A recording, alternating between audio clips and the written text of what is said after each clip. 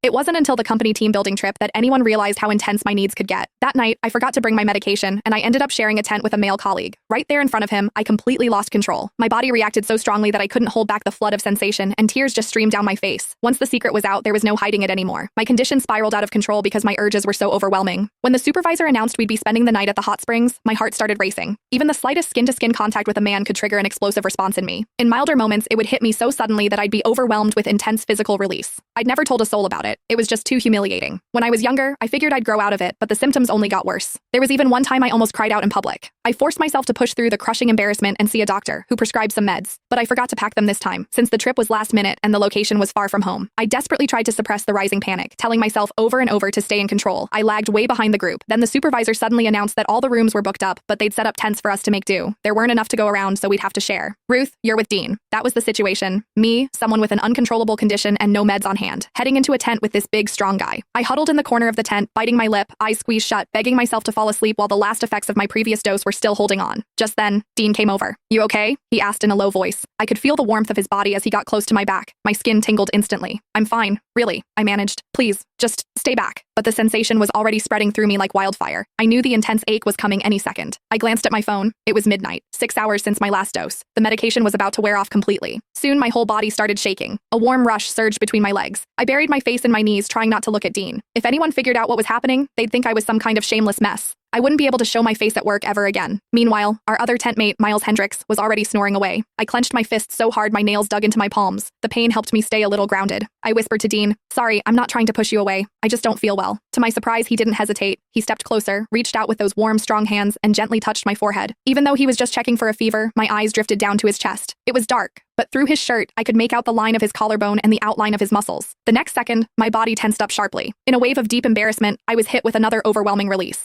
I barely stifled the sound that wanted to escape. Worst of all, the aftershocks made me tremble even more. Dean clearly noticed. "That's weird. You're flushed, but no fever," he murmured, still softly brushing my forehead and cheek. I shook harder, turning my face away, but the tent wall was right there. No escape. I clenched my jaw to keep quiet, while realizing I couldn't stay trapped in this small space. All I could smell was him. No cigarette smoke, just a clean soap scent mixed with that strong, unmistakable masculine vibe. In a panic, I shoved him away. He stumbled back a few steps. I scrambled out of the tent. I didn't even think about how short my skirt was or how obvious the dampness on my lace underwear must have been. He quickly turned away, trying not to stare, but he wasn't clueless. He seemed to put it together in an instant and hurried out after me. By then, I was completely out of control, my body burning with need like never before. My mind was flooded with images of Dean, the bit of collarbone peeking from his white shirt, his Adam's apple moving when he swallowed, his healthy tan skin, those warm hands. I hadn't gone far before my legs gave out and I dropped to my knees. The urge had totally taken over. The impact on the ground didn't even register. Dean caught up immediately, trying to stop me. He helped me up. "What's wrong?" he asked softly. I had a feeling